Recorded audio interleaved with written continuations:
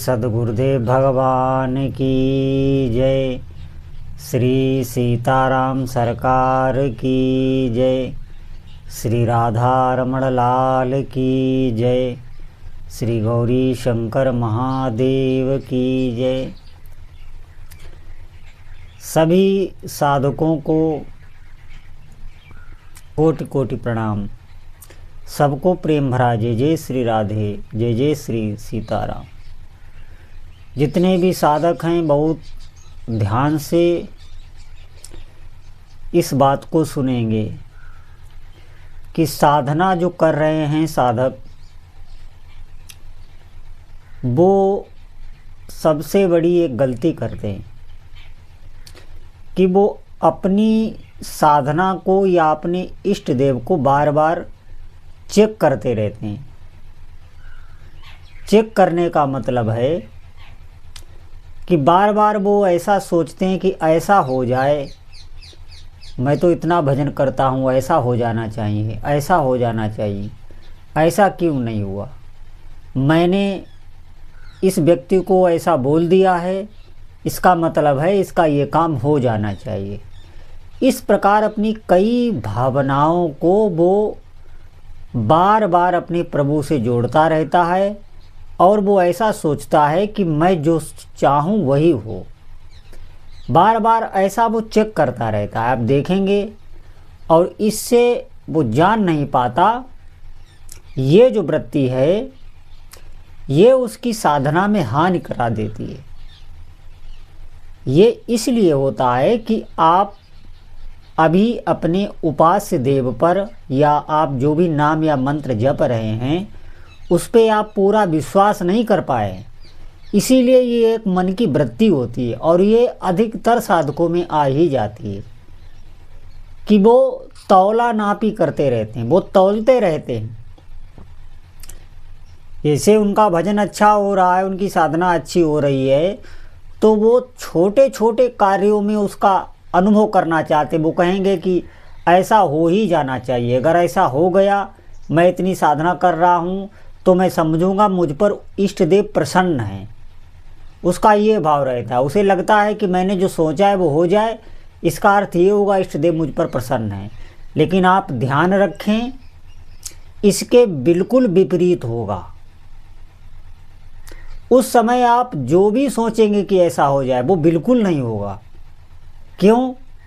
क्योंकि हमारी बुद्धि बहुत अल्प होती है और हम जिनकी आराधना कर रहे हैं, जो हमारे आराध्य देव हैं, वो पूरे संसार को चलाने वाले प्रभु हैं। वो जानते हैं कि अगर मैंने ऐसा कर दिया तो ये बार बार वही करेगा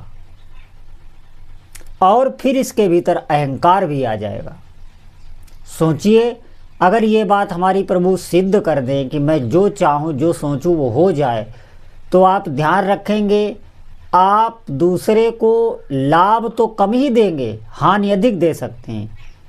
थोड़ा सा भी अगर किसी ने आपको कुछ चोट पहुंचाई, शब्दों से ही चोट पहुंचाई, तो आप उसको श्राप भी दे सकते हैं। क्योंकि आपको पता है हमारी वाणी सिद्ध है, मैं जो सोचता हूँ वो हो जाता है। इसीलिए जो प्रभु हैं वो साधक को इसमें कभी आगे नहीं बढ़ने देते, ठीक वो उसके विपरीत करते हैं। आप ध्यान रखना कि हमारे भीतर अहम ना आ पाए। हम अभी उस धरा तक नहीं पहुँचे हैं जहाँ तक हमें पहुँचना है, अभी हम मार्ग में चल रहे हैं। इसीलिए इन वृत्तियों को ठाकुर जी या जो भी आपके उपास्य देव हैं वो पूरा नहीं करते। आप बिल्कुल इस बात को लेकर संशय ना करें, आपके मन का नहीं हो रहा है, आप जो सोचते वो हो नहीं रहा है, आप बिल्कुल इस पर अपने प्रभु की कृपा समझें। वो नहीं होने दे रहे हैं, नहीं तो आपका मार्ग बदल जाएगा, रास्ता बदल जाएगा। आप निश्चित मानिए, बिल्कुल भक्ति चली जाएगी, जो भजन कर रहे हैं वो भी नष्ट हो जाएगा। इसीलिए बिल्कुल संशय ना करें।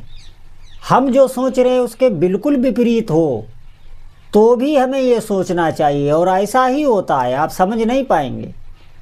उपासक जब साधना में आगे बढ़ेगा तो वो देखेगा कि जिस प्रतिकूलता को हम समझते थे कि ऐसा मेरे साथ क्यों हो गया, ऐसा प्रभु ने मेरे साथ क्यों कर दिया, आगे चल के जब पता चलता है कि वही प्रतिकूलता हमारी भक्ति को बढ़ाने वाली सिद्ध हुई, वही प्रतिकूलता हमारे लिए परिणाम में बहुत अच्छी हुई।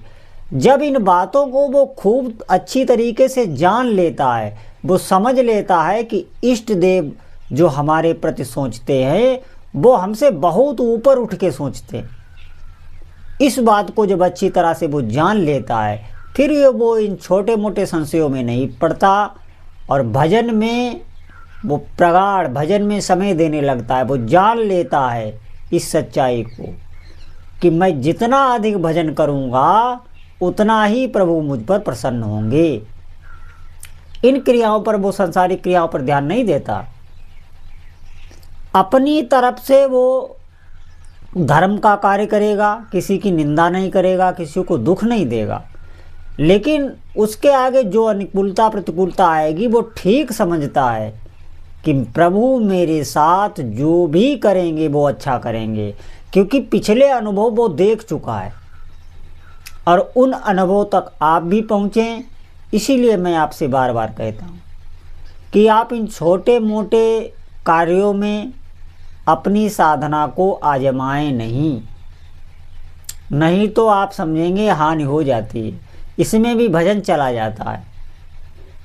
कभी कभी ठाकुर जी आपकी इच्छा पूरी भी करेंगे, उससे भजन ही जाता है। हमारा भजन में फिर मन नहीं लगेगा, हम इसी उधेड़ बुन में लगे रहेंगे।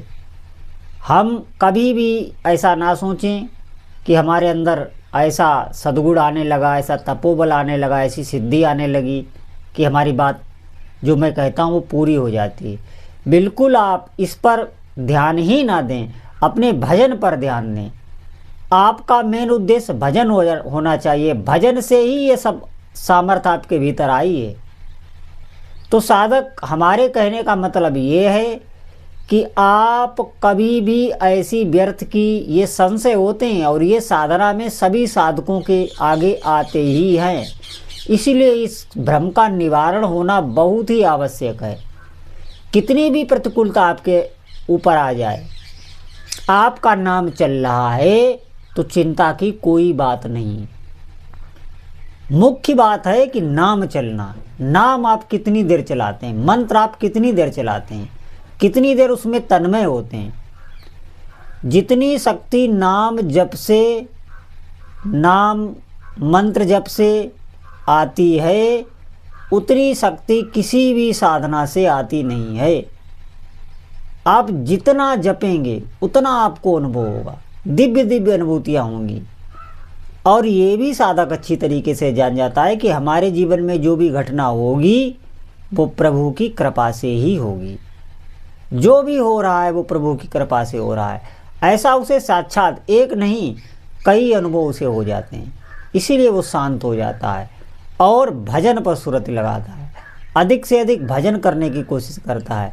अभी हम भजन तो बहुत कम कर रहे हैं, साधना हमसे नहीं बन रही है, लेकिन हम ये देखने लगते हैं कि हमारे अंदर सिद्धि आई कि नहीं आई, हमारी वाणी में सामर्थ्य आई कि नहीं आई। अरे आप थोड़े दिन लगें तो, भजन में अपार सामर्थ्य है, आप जो चाहो वो हो जाएगा। लेकिन उसके लिए हमें भजन में दृढ़ता से लगना होगा, रोज नियम पूरा करना होगा। सभी साधकों से मेरी यही प्रार्थना है कि आप नाम पर ध्यान दें, अधिक से अधिक नाम जप करें। जो भी सामर्थ्य है वो निश्चित ही साधक के भीतर आ जाती है, जो नाम के पारायण है, जो नाम का आश्रय ले चुका है। तो सभी साधकों से प्रार्थना है अधिक से अधिक भगवान नाम जप करें। बोलो जय जय श्री सीताराम।